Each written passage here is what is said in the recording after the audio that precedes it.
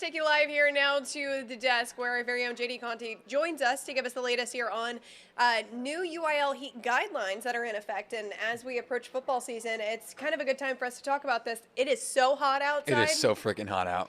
It has been 100 degrees, and let me tell you, so I used to be a college athlete, used to be a Yeah. UIL athlete in high school. The temperatures that I've been feeling outside kind of take me back because I played an outside sport to the fact that when it was so hot outside some days, our coach would have like minimal outside practice time and then do like some indoor batting cages or whatever it might be. And it depends on what sport it is, but what I'm nervous for is as we approach football season, it's so hot outside. I don't know what they're going to do. So you have a few answers here about the Yeah, so I guidelines. believe Kyle actually said it. Wet bulb globe temperature is the new measure that the UIL is using. The teams all across Texas as fall sports kick off. Today is the first day of football practice.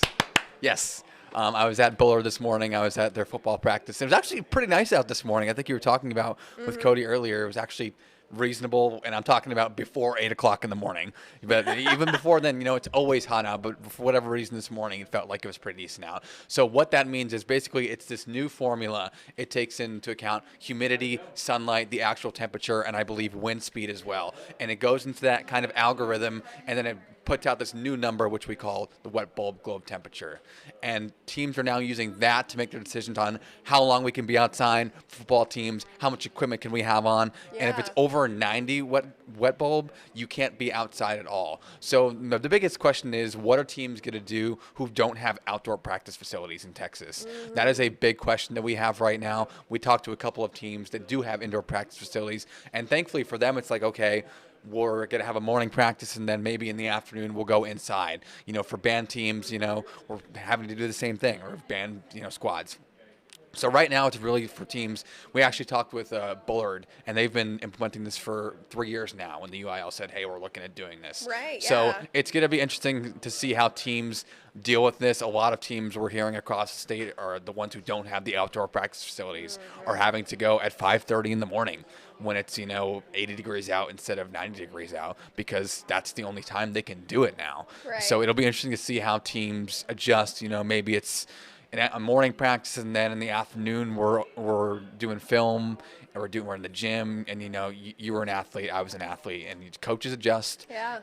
They figure Well, things teams out. they can adjust too Yeah. because we balanced it out between you could wear shorts to practice today. Yeah. Or hey, coach got us some sunscreen or a Gatorade from the trainers, those sorts of things, Yeah. and we'd be outside just for that short amount of practice. Yeah. And then balance it out with maybe some light stretching Yeah. or inside work that you could do depending. Yeah, on your and I sport. remember when I played football for 2 years in high school before I got hit on the head too many times, we would have, different days where we would do pads, and maybe on Thursdays when we did walkthroughs, we would just be in helmets. So I think it's going to have to do something like that. Maybe teams are going to have to work through, maybe we're going to have to switch up when offense does this and when the defense does this, because, maybe they were planning on doing full contact on Tuesday, but then on Tuesday afternoon it's 95 degrees out.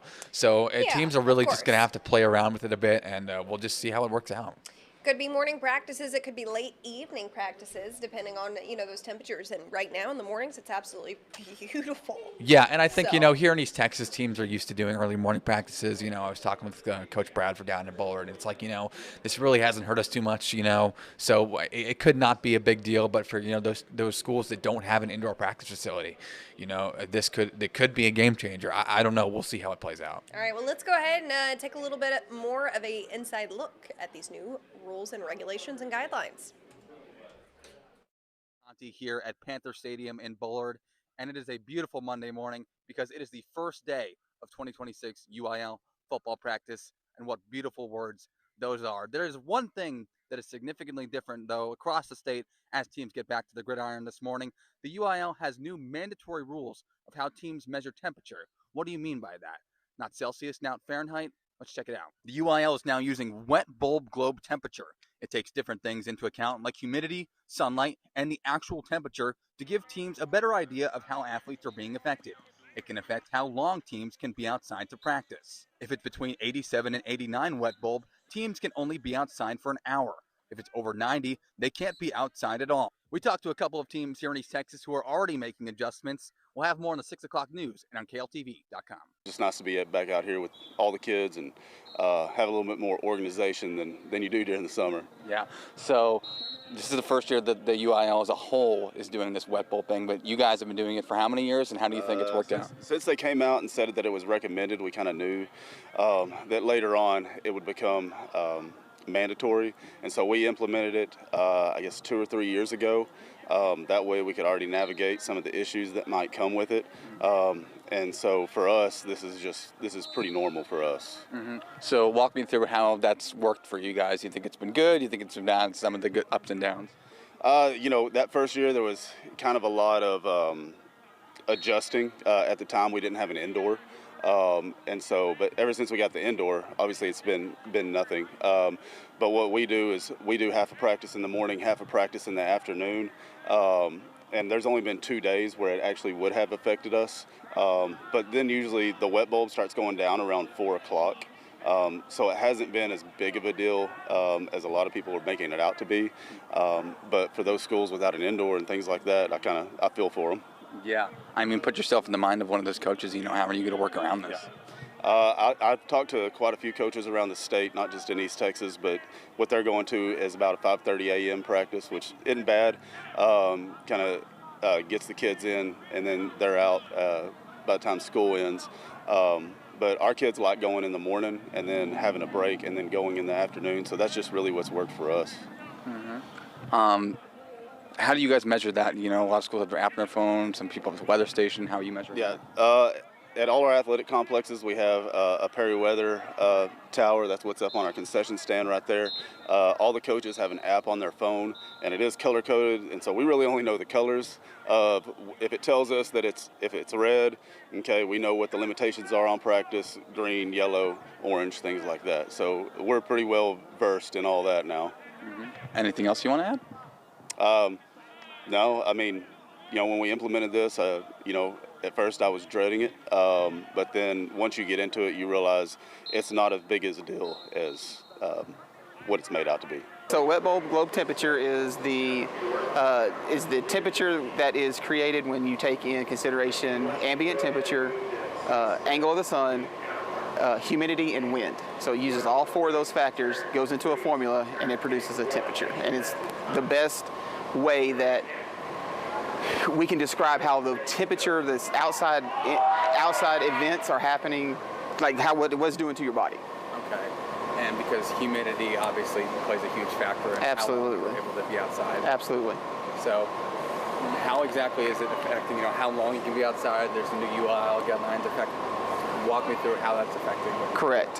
So the UIL has some guidelines that they've broken them down into ranges of temperature using wet bulb. So when we're looking at wet bulb, that's the temperature we're going to use, and we're going to dictate what we get to do for our practices that are outside. Anywhere from limiting the amount of time to start for football, taking equipment off, helmets, shoulder pads, going t-shirt and shorts, all the way to where we have to completely come off the field. Mm-hmm. And so there's part of an option for you guys to come inside for a bit, and obviously you've got this facility as well. So Correct. How can you kind of work? So what this facility allows us to do is it allows us to take the sun element out of that equation. Yes, it is still going to be warm inside our indoor, but we take that element out, and so it allows us to come in here and still participate whenever there's a chance that we can't be outside in the temperature. Okay, so there's certain timing aspects with this as well. Yes. So kind of walk me through that. Are you timing like degree? Yeah. Okay. So as of right now, so we're looking at our app. It's an ambient temperature of 91, but the wet bulb is is 89.5. So a wet bulb of 89.5 means that we can be outside for an hour, but we must have 20 minutes worth of breaks in that hour. And the athletes cannot have any type of protective gear on, meaning no helmets, no shoulder pads, so it's t-shirt, shorts, and cleats is all that they can have. If we're we consider the red zone. If we're in the zone kind of above that, or temperature-wise would be below that, we're allowed a 2-hour practice. obviously monitoring the temperature, and then we get to do you have to have a minimum of 4 breaks every hour that are 4 minutes long. And there's also the mandatory cooling center. How are you guys working with that? I know Correct. You got the ice thing back Yes. there. So the UIL has mandated 2 years ago, they started mandating a cooling zone for all outdoor activities. Band, cross country, baseball, softball, soccer, all that stuff, as well as football. So our cooling station at Chapel Hill ISD is in our athletic field house, in our athletic training room, because of the proximity to the field. And that's where we house our whirlpool that is full of water and has ice, and it's at the appropriate temperature for if we have an athlete or band member who is exhibiting some heat-related stress, then we can go in and if we deem it necessary, then we'll be able to submerge them in some ice water to cool their temperature, their core temperature. Is there anything else I'm missing on this? Really, it's about the safety of the athlete and of the band members, of the student. Student safety is really what it's about. There is a lot of people out there that says that it's, we're making the athletes soft. I know you've probably read that on some comments and posts and stuff like that. It's the safety of the athlete is what this is. The safety of the student is paramount for what we do. This isn't really anything new. The military has been using it for 20 plus years. This exact same monitoring system. So this isn't new stuff. It's new to athletics, but it's not new to the community.